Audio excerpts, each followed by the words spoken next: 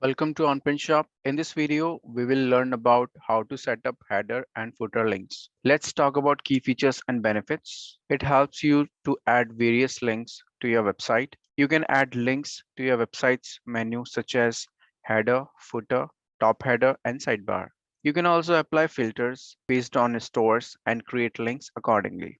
So first of all, let's have a look onto the storefront. So as you can see, this is the top header section where you can see the links like track order, shopping cart, request code, and login, logout, registration button, and shopping cart. So this is the top header section. Then we have header section in which you can see the logo of the website and all the links like home, product, and category links. And then we have the sidebar section where you can set the sidebar links in this section. And then we have the footer where you can set the footer links.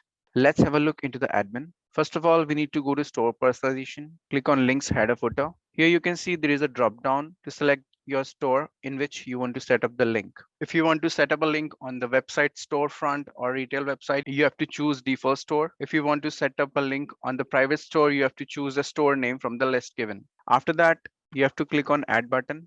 Here you can create a new link on your store. So you have to choose the position first of all out of the given options like header, footer, top header, or sidebar. Then you have to set up a link title such as sample. And then you can select link option whether you want to show both text and icon. And then you have to set up the link which you want to set up on this title. So here we have various options where you can choose content page, static page, category group, or any of these drop down options. So I'm taking external link. So here you can set up any external link as well, such as any of your website which you want to show as a external link on your store. So I'm taking one sample external link, and here you have option to choose whether you want to allow your customer to access the link before or after login on your website, or you can choose both. And then you have to select option to open the link in a new window or in the same window. Then you have to set up the sorting order and then keep the status active to show up on your website